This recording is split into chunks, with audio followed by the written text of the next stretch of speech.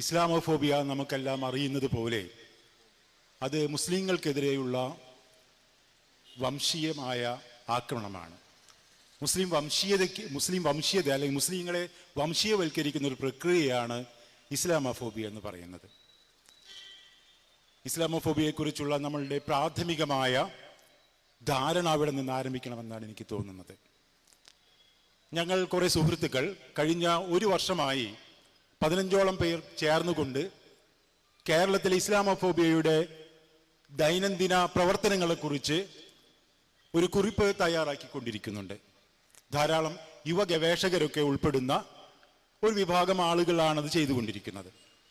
ഞങ്ങളത് പരിശോധിച്ച സമയത്ത് ഞങ്ങൾക്ക് കാണാൻ കഴിഞ്ഞ വളരെ പ്രധാനപ്പെട്ട ഒരു കാര്യം, കഴിഞ്ഞ ഒരു വർഷമായി കേരളത്തിൽ നടക്കുന്ന ഇസ്ലാമോഫോബിക്കായിട്ടുള്ള പ്രസ്താവനകളിൽ 2 തരംഗങ്ങൾ ഉണ്ടായിരുന്നുവെന്നാണ് ഞങ്ങൾക്ക് മനസ്സിലായത്.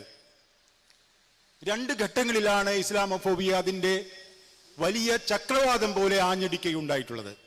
അതിലൊന്ന് നമുക്കെല്ലാവർക്കും അറിയുന്നത് പോലെ 2024 ലോക്സഭാ തിരഞ്ഞെടുപ്പ് സമയത്താണ്.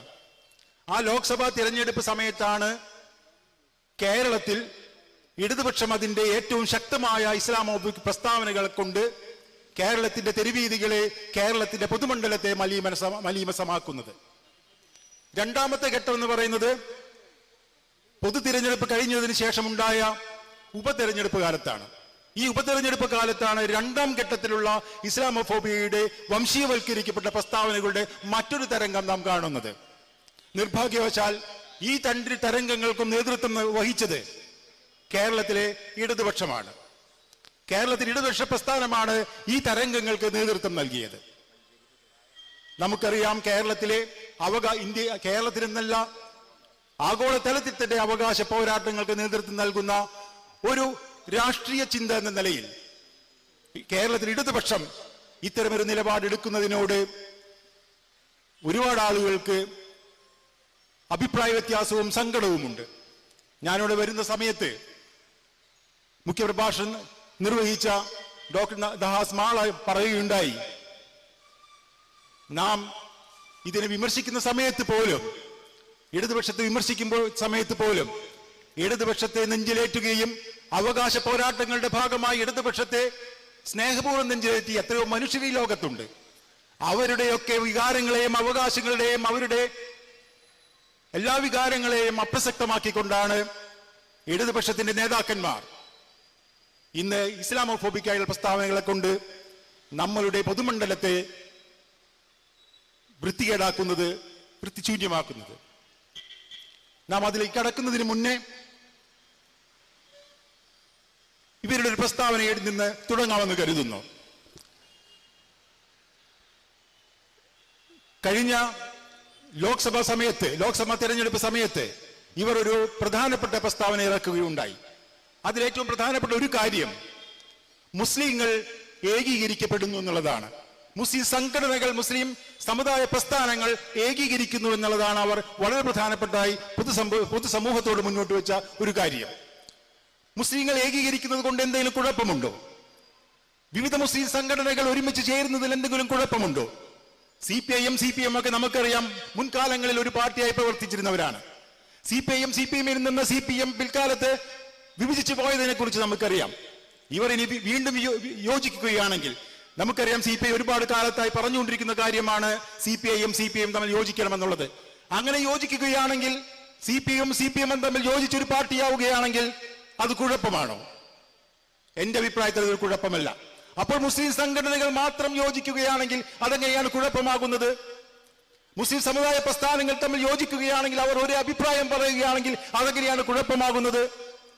മുസ്ലിങ്ങളുടെ ഒരു അഭിപ്രായം ഒന്നാവുകയാണെങ്കിൽ, മുസ്ലിങ്ങൾ ഏകീകരിക്കപ്പെടുകയാണ്, അതെങ്ങനെയാണ് കുഴപ്പമാകുന്നത്? അതിനെയാണ് നാം, അങ്ങനെ കുഴപ്പമാണെന്ന് കരുതുന്നതിനെയാണ് നാം ഇസ്ലാമോഫോബിയ എന്ന് പറയുന്നത്. മുസ്ലിങ്ങൾ ഒരേ അഭിപ്രായത്തിൽ സംസാരിക്കുന്നു. കഴിഞ്ഞ ലോക്സഭാ തിരഞ്ഞെടുപ്പിൽ ഓൾ ഇന്ത്യ തലത്തിൽ, അഖിലേന്ത്യ തലത്തിൽ ഹിന്ദുത്വ ഫാസിസത്തിനെതിരെ നിലപാടെടുക്കുന്നതിന്റെ ഭാഗമായിട്ടാണ് മുസ്ലിം സംഘടനകൾ ഒരുമിച്ച് ചേരുകയും അവർ ഇന്ത്യ മുന്നണിക്ക് വോട്ട് ചെയ്യാൻ തീരുമാനിക്കുകയും ചെയ്തത്. അത് കേരളത്തിൽ മാത്രം നടന്നൊരു കാര്യമല്ല. കേരളത്തിന് പുറത്തും ഇന്ത്യ മുന്നണിക്ക് വോട്ട് ചെയ്ത് ആ മുന്നണി നിൽക്കുമ്പോഴും വ്യത്യസ്തമായ നിലപാടെടുത്ത് സംസ്ഥാന തലത്തിൽ വോട്ട് ചെയ്ത സംഘടനകളുണ്ട്. നമുക്കറിയാം ബംഗാളിന്റെ ഉദാഹരണം. പല സ്ഥലങ്ങളിലും അങ്ങനെ സംഭവിച്ചിട്ടുണ്ട്. പക്ഷേ കേരളത്തിൽ സ്വാഭാവികമായും ഇടതുപക്ഷവും കോൺഗ്രസും അപ്പുറത്തും ഇപ്പുറത്തും മത്സരിക്കുന്ന സമയത്ത് ഇവിടെ ദേശീയ തലത്തിലുള്ള ഇന്ത്യ മുന്നണിക്ക് വോട്ട് ചെയ്യണോ അതോ ഇടതുപക്ഷത്തിന് വോട്ട് ചെയ്യണോ എന്ന് പറയുന്ന ഒരു തീരുമാനമെടുക്കേണ്ട സമയത്ത് ഇവിടുത്തെ മുസ്ലിം സംഘടനകൾ അഖിലേന്ത്യാ തലത്തിലുള്ള രാഷ്ട്രീയ സാഹചര്യങ്ങളെ പരിഗണിച്ചുകൊണ്ട് ഒരു തീരുമാനമെടുക്കുകയും അവർ ഇന്ത്യ മുന്നണിക്ക് വോട്ട് ചെയ്യാൻ തീരുമാനിക്കുകയും ചെയ്തു. ഈ തീരുമാനത്തെ കുറിച്ചാണ് ഇടതുപക്ഷം പറയുന്നത് അവർ ഏകീകരിക്കപ്പെട്ടിരിക്കുന്നു എന്നാണ്. ഇതെങ്ങനെയാണ് ഇസ്ലാമോഫോബിയുടെ ഒരു ഭാഗമായി മാറുന്നത് നാം പരിശോധിക്കേണ്ടതുണ്ട്. മുസ്ലിങ്ങൾക്ക് അവരുടെ കാര്യം പറയാൻ അവകാശമില്ലേ? മുസ്ലിങ്ങൾക്ക് അവർ ഇഷ്ടപ്പെടുന്ന വസ്ത്രം ധരിക്കാൻ അവകാശമില്ലേ? മുസ്ലിങ്ങൾക്ക് അവർ ഇഷ്ടപ്പെടുന്ന രീതിയിൽ പ്രാർത്ഥിക്കാൻ അവകാശമില്ലേ? മുസ്ലിങ്ങൾക്ക് അവർ ഇഷ്ടപ്പെടുന്നത് എന്താണെന്ന് പറയാൻ അവകാശമില്ലേ?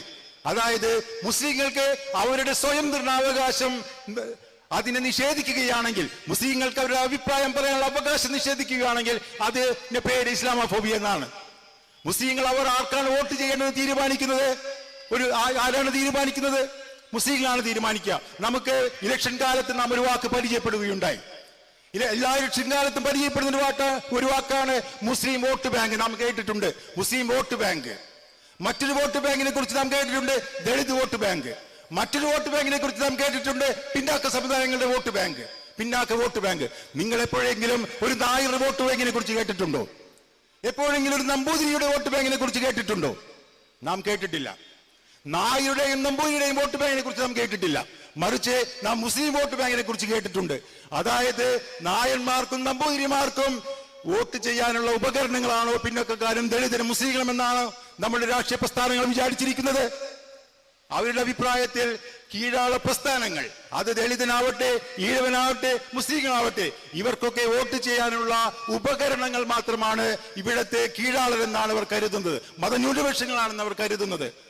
അത്തരത്തിൽ സ്വന്തം തീരുമാനങ്ങൾ എടുക്കാൻ കഴിയാത്ത, സ്വന്തം തീരുമാനങ്ങൾ നിർണയാവകാശമില്ലാത്ത ഒരു ജനവിഭാഗമായി മുസ്ലിങ്ങൾ അവർ കരുതുന്നു എന്നുള്ളതാണ് ഇസ്ലാമോഫോബിയയുടെ ഏറ്റവും പ്രധാനപ്പെട്ട ലക്ഷണങ്ങളിൽ ഒന്നാണ്.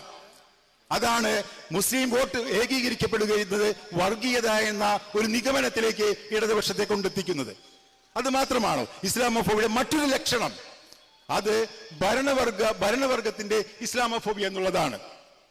നമുക്കറിയാം ഇന്ന് ആ പ്രസ്ഥാനങ്ങളുടെ മാത്രമല്ല ഇസ്ലാമോഫോബിയ നാം അനുഭവിക്കുന്നത്. നാം ഒരു വില്ലേജ് ഓഫീസിൽ പോകുമ്പോൾ, നാം ഒരു സർട്ടിഫിക്കറ്റിന് വേണ്ടി ഒരു ഓഫീസിലേക്ക്, ഒരു സർക്കാർ ഓഫീസിലേക്ക് പോകുമ്പോൾ, അല്ലെങ്കിൽ നാം ഒരു വിദ്യാഭ്യാസ സ്ഥാപനത്തിൽ പ്രവേശനത്തിന് വേണ്ടി പോകുമ്പോൾ നാം അനുഭവിക്കുന്ന വിവേചനങ്ങൾ, പോലീസ് സ്റ്റേഷനിലേക്ക് പോകുമ്പോൾ നാം അനുഭവിക്കുന്ന വിവേചനങ്ങൾ, ഒരു മുസ്ലിം ആയതുകൊണ്ട് മാത്രം അനുഭവിക്കുന്ന വിവേചനങ്ങൾ, അത്തരം ധാരാളം അനുഭവങ്ങൾ നമുക്ക് മുന്നിലുണ്ട്. ഞാൻ തന്നെ 7 കേസിൽ പ്രതിയാണ്.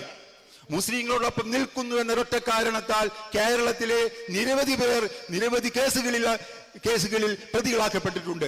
അതായത് അവർ ഉദ്ദേശിക്കുന്നത് മുസ്ലിങ്ങളെ മാത്രമല്ല, മുസ്ലിങ്ങളോടൊപ്പം നിൽക്കുകയും അവർക്കൊപ്പം പോരാടുകയും ചെയ്യുന്നവരെ കൂടെ നിശബ്ദരാക്കാൻ അവർ ആഗ്രഹിക്കുന്നുണ്ട്. അപ്പോൾ പോലീസിനെ ഉപയോഗപ്പെടുത്തിക്കൊണ്ട് നമ്മളുടെ ഭരണകൂടം തന്നെ ഒരു ഇസ്ലാമോഫോബിക് അന്തരീക്ഷം സൃഷ്ടിക്കുന്നുണ്ട്. ഇത് ഒരു പുതിയ കാര്യമൊന്നുമല്ല, മറിച്ച് ദേശീയതകളുടെ ഒരു യുക്തിയാണ്. നമുക്കറിയാം എന്താണ് ദേശീയതകളുടെ യുക്തി എന്ന് പറയുന്നത്. ദേശീയതകളുടെ യുക്തി എന്ന് പറയുന്നത്, ദേശീയതകൾ എല്ലായ്പ്പോഴും രൂപം കൊള്ളുന്നത് ചില വംശീയ പദ്ധതികളുടെ ഭാഗമായിട്ടാണ്. ഒരു വംശീയ പദ്ധതികളുടെ രൂപത്തിലാണ് ഏത് ദേശീയതയും രൂപം കൊള്ളുന്നത്. അത് ചൈനയിലായാലും, കമ്മ്യൂണിസ്റ്റുകളുടെ ചൈനയിലായാലും, കമ്മ്യൂണിസ്റ്റുകളുടെ റഷ്യയിലായാലും ചില വംശീയ സ്വഭാവത്തോടു കൂടിയാണ് എല്ലാ ദേശീയതകളും രൂപം കൊണ്ടിട്ടുള്ളത്. സ്വാഭാവികമായും ഇന്ത്യൻ ദേശീയതയും രൂപം കൊണ്ടിട്ടുള്ളത് ഈ ഒരു വംശീയ യുക്തിക്കുള്ളിലാണ്. ഈ വംശീയതയെ മുന്നോട്ട് നയിക്കുന്നത് ഇവിടുത്തെ സവർണ ബ്യൂറോക്രസിയും സവർണ വിഭാഗങ്ങളാണ്. കേരളത്തിലേക്ക് വന്നാൽ ഈ ദേശീയതയിലെ ഡോക്ടർ മോഹൻ ഗോപാലിനെ പോലെ ആളുകൾ പറയുന്നത് കേരളത്തിലെ ഓളിഗാർക്കിയായുള്ള ഭരണകൂടമാണ്, ഓളിഗാർക്കിയായുള്ള ചില സമുദായങ്ങളാണ് കേരളത്തിന്റെ അധികാരം നയിക്കുന്നതാണ്. അതിലൊരു പ്രധാനപ്പെട്ട വിഭാഗമാണ് നായന്മാരെന്ന് പറയുന്നത്, അല്ലെങ്കിൽ സവർണ വിഭാഗങ്ങൾ എന്ന് പറയുന്നത്. ഈ വിഭാഗങ്ങളാണ് കേരളത്തിന്റെ രാഷ്ട്രീയ നേതൃത്വവും അല്ലെങ്കിൽ കേരളത്തിന്റെ ഭരണ നേതൃത്വം എന്ന് പറയുന്നത്. അതുകൊണ്ടാണ് നമുക്കറിയാം നായന്മാരുടെ കണക്ക് ഏതെങ്കിലും നായന്മാർ ഈ മന്ത്രിസഭയിൽ എത്ര പേരുണ്ടെന്ന് ആരെങ്കിലും കണക്കിലെടുത്തിട്ടുണ്ടോ? എത്ര ക്രൈസ്തവർ ഈ മന്ത്രിസഭയിൽ ഉണ്ടെന്ന് നാം കണക്കെടുക്കാറുണ്ടോ? പക്ഷേ എത്ര ഈഴവന്മാരുണ്ട്, എത്ര മുസ്ലിങ്ങളുണ്ട് തുടങ്ങിയ കാര്യങ്ങൾ കണക്കുണ്ട്.